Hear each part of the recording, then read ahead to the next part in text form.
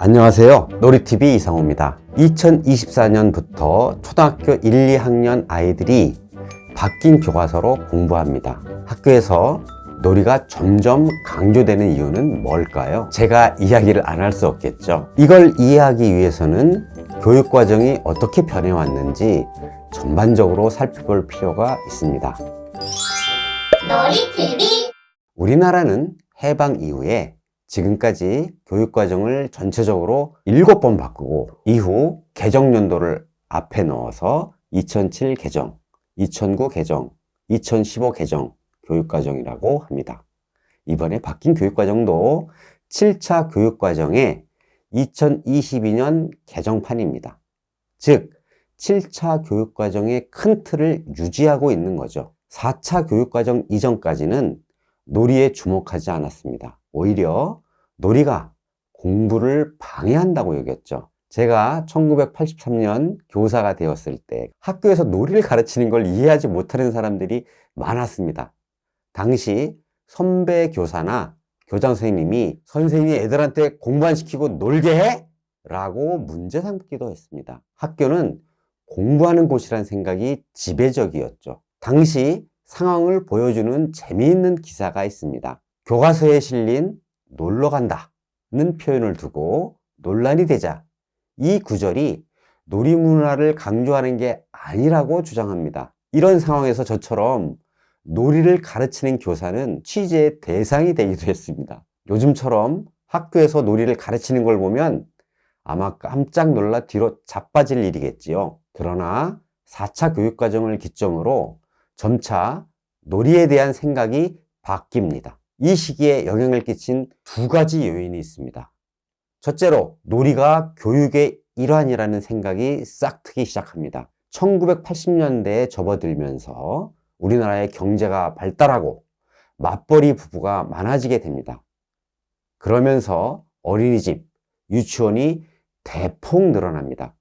이곳에서 많은 아이들을 교육해야 하는데 교육 방법으로 놀이가 적극 도입됩니다. 두 번째로 교육과정도 주입식 교육에서 경험 교육을 강조하기 시작합니다. 4차 교육과정은 1981년부터 87년까지 7년간 시행되는데 이때 교과 중심, 경험 중심, 학문 중심을 고루 강조합니다. 또 민족 공동체 의식의 고양으로 교육 목표를 세웁니다. 여기서 주목할 것은 경험 중심 교육과 민족 공동체 의식의 고양이라는 필요가 맞물려서 교육 과정에서도 놀이에 주목하게 됩니다. 즉 4차 교육과정 시기부터 놀이 경험을 통해서 살아있는 배움을 얻고 민족 의식을 고양하려고 했습니다. 이렇게 사회 환경과 인식의 변화에 맞물려 5차, 6차 교육과정을 거듭하다가 2000년 7차 교육과정에 교과서에 놀이가 대폭 들어옵니다. 7차 교육과정에서 추구하는 인간상이 5가지인데 그 중 하나가 우리 문화에 대한 이해의 토대 위에 새로운 가치를 창조하는 사람입니다. 초등학생에게 우리 문화를 어떻게 알려줄 수 있을까요? 바로 놀이를 통해서입니다. 그래서 교과서에 윷놀이, 씨름, 강강술래, 연날리기 등이 소개되고 학교에서 제기차기 대회, 윷놀이 대회 같은 것들도 열게 됩니다. 이렇게 7차 교육과정에 이르러서는 전래놀이를 중심으로 놀이가 교육의 대상이라는 인식이 널리 확산되게 됩니다. 게다가 책가방 없는 날이라고 아마 기억하실지 모르겠습니다. 1996년에 전국 초등학교에 실시되는데 이날은 공부도 안 하고 운동장에서 놀기도 하고 박물관이나 미술관에 가기도 합니다. 이처럼 90년대에는 학교가 더 이상 공부만 하는 정말 답답한 곳이 아니라 여러 체험과 경험을 고루하는 곳이라는 생각이 널리 퍼지게 되는 시기입니다. 놀이TV 앞에서는 4차와 7차 교육과정을 중심으로 놀이가 강조되는 흐름을 살펴봤습니다.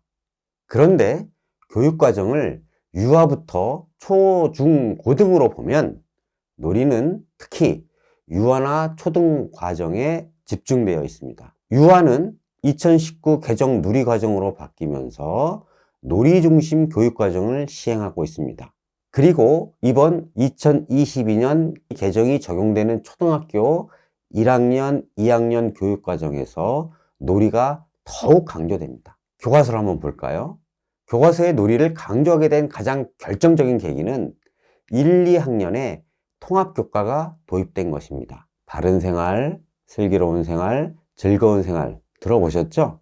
줄여서 이제 바슬즐이라고 하겠습니다. 4차 교육과정부터 1, 2학년에 한정해서 통합교육을 도입합니다. 그래서 도덕, 국어, 사회가 바른 생활이 되고 산수, 자연이 슬기로운 생활, 체육, 음악, 미술이 즐거운 생활로 통합됩니다. 5차부터 국어와 수학은 별도의 교과가 되고 우리들은 1학년이라는 과목이 생겼다가 없어지기를 반복합니다. 그렇지만 통합교과는 계속 유지가 되는데 2007년 개정까지는 바슬즐이 교육과정이자 교과서였습니다. 그러나 2009 개정부터는 바슬즐이 교육과정에만 있고 교과서가 달라집니다. 즉 1, 2학년 통합과정 교과서는 바른생활, 즐거운 생활, 슬기로운 생활이었는데 2009년 개정부터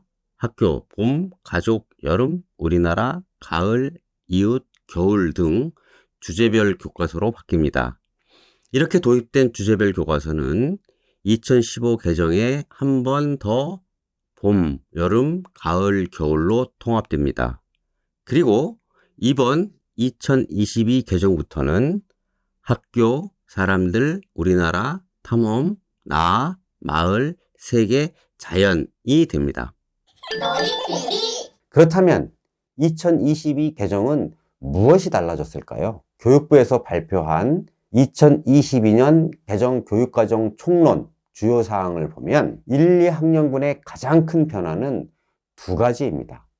하나는 창체에 있던 안전한 생활이 바슬즐로 들어온 것입니다. 안전한 생활의 64시간이 바슬즐로 들어오면서 시수가 각각 바른 생활 144시간, 슬기로운 생활 224시간, 즐거운 생활 400시간으로 늘어났습니다. 두 번째 변화는 신체 활동을 강화한 것입니다. 시수를 보면 바생과 슬생을 합한 것보다 즐생의 시수가 더 많습니다. 이번 개정은 즐생의 400시간 중에 144시간을 신체 활동과 직접 관련성이 높은 놀이 활동으로 편성해서 신체 활동을 무척 강조합니다. 또 주제별 교과서는 주제, 놀이, 안전이라는 목차로 구성됩니다. 여기서 선생님들이 놀이가 강조됐다고? 아, 여기 목차에 놀이를 말하는 거구나 라고 생각하기 쉽습니다. 그런데 교과서 내용을 보면 놀이뿐 아니라 주제, 안전에도 놀이가 있습니다. 예를 들어 볼까요?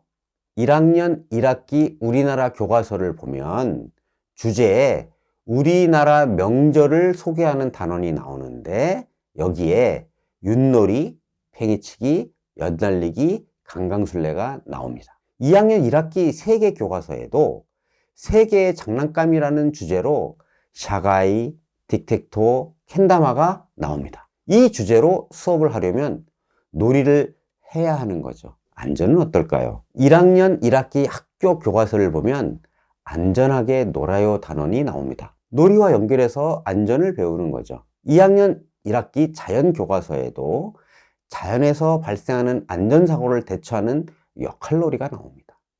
제가 1, 2학년 1학기 교과서를 쭉 살펴봤더니 학년당 평균 40여 개의 놀이가 등장합니다. 그래서 선생님들이 놀이가 많아졌다는 것을 체감하시면서도 막상 이렇게 많아진 놀이를 어떻게 접근해서 어떻게 지도해야 될지 어려워하실 수 있습니다. 다음 영상에서는 구체적으로 이 놀이들을 3개의 유형으로 구분하여 접근하는 방법을 말씀드리겠습니다.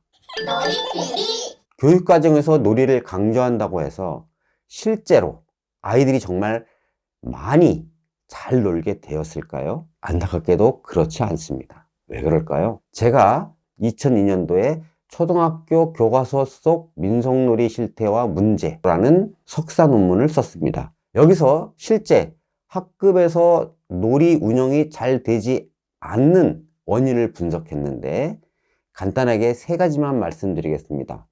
첫째, 놀이가 그 자체가 아니라 수단으로 여겨집니다. 예를 들어 소꿉놀이는 청결과 안전의 교육 목적을 실현하기 위해 소개되고, 그림자 놀이는 빛이 직진하는 성질을 지도하기 위해 소개됩니다. 제목은 놀이지만 노는 게 아니라 공부의 연장선으로 소개되는 셈이죠. 둘째는 아동의 발달 단계를 고려하지 않아서 놀이가 적절하게 배치되지 못했습니다. 예를 들어 1학년 즐거운 생활에 강강술래가 소개됩니다. 강강술래는 대동놀이이기 때문에 아이들이 재미를 느끼기 어려운 놀이입니다. 반면 6학년에는 기차놀이가 나오는 것도 같은 맥락입니다.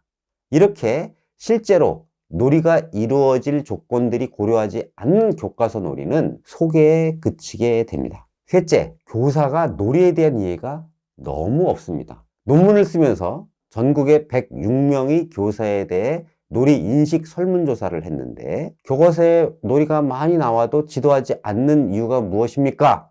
물어봤더니 놀이 방법을 잘 모른다가 77%였습니다. 그리고 놀이를 지도해도 아이들이 재미없어 한다는 이유가 23%였습니다. 2002년 설문 결과지만 그로부터 약 20년이 지난 2024년 오늘날 상황에도 이런 문제를 토로하시는 선생님들을 자주 만납니다. 교육과정의 목표는 교과서라는 매개를 통해 아이들에게 구체화될 때 온전히 실현될 수 있습니다. 그래서 교과서 놀이를 학교 현장에서 충분히 적용하기 위해서는 이런 문제들을 하나씩 해결해 나가려는 노력이 필요합니다.